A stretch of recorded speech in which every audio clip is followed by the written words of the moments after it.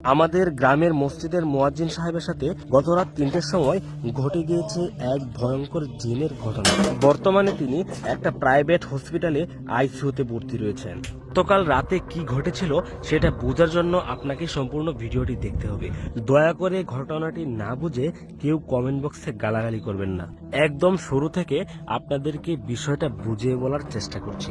বিষয়টা একটু ভালো করে লক্ষ্য করুন। দেখুন, উনি যখন ঘুমিয়ে আছেন তখন ওনার বিছানার পাশে যে টেবিলটি ছিল সেই টেবিলের উপর কলস আরো জিনিসগুলো কিভাবে নিজে থেকেই নড়াচড়া করছে। এক পর্যায়ে এগুলোর শব্দে ওনার ঘুম ভেঙে যায়। উনি বিষয়টা দেখার পর কিছুটা অবাক হয়ে যান। এগুলো যেহেতু ওনার ঘুমন্ত অবস্থায় হয়েছে, উনি বিষয়টাকে খুব স্বাভাবিক ভেবেই আবারও ঘুমোতে চলে যান। উনি ঘুমিয়ে পড়ার পর অনেকক্ষণ যাবৎ তেমন কিছু ঘটেনি।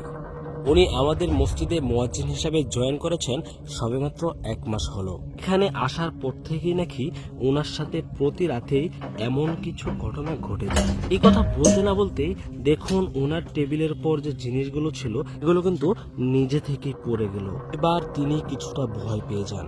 তিনি উঠে দেখার চেষ্টা করছেন এখানে আসলে কি ঘটছে।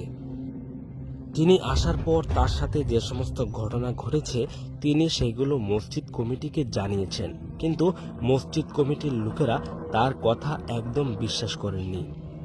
যখন এই কথাগুলো আমাদের কানে এসেছে তখন আমরা তার ঘরে গোপনে একটা ক্যামেরা লাগিয়ে দিয়েছিলাম। দীর্ঘ 7 দিন কেটে গেলেও গত রাতে আমাদের ক্যামেরায় রাত 3টার সময় এই ফুটেজটি রেকর্ড হয়। দেখুন, উনি এই ছবি ভয় পেয়ে পানি খাওয়ার জন্য যখন বোতলটি হাতে নিলেন তখন আবারও তার টেবিলের উপর থেকে কলসটা আর বোতলটা নিচে পড়ে যায়। এবার তিনি পুরো মাত্রায় ভয় পেয়ে যান। আসলে তিনি এখন কি করবেন কিছুই বুঝে উঠতে পারছেন না। এতক্ষণ পরিস্থিতি স্বাভাবিক থাকলেও এখন যে বিষয়টা ওনার সাথে ঘটে যাবে সেটা দেখার জন্য আপনি একদমই প্রস্তুত না। আপনি যদি দুর্বল মনের মানুষ হয়ে থাকেন তাহলে এখনই আপনি এই ভিডিও থেকে চলে যান। অন্যথায় আপনার কিছু হয়ে গেলে ভিডিওর কর্তৃপক্ষ দায়ী থাকবে না।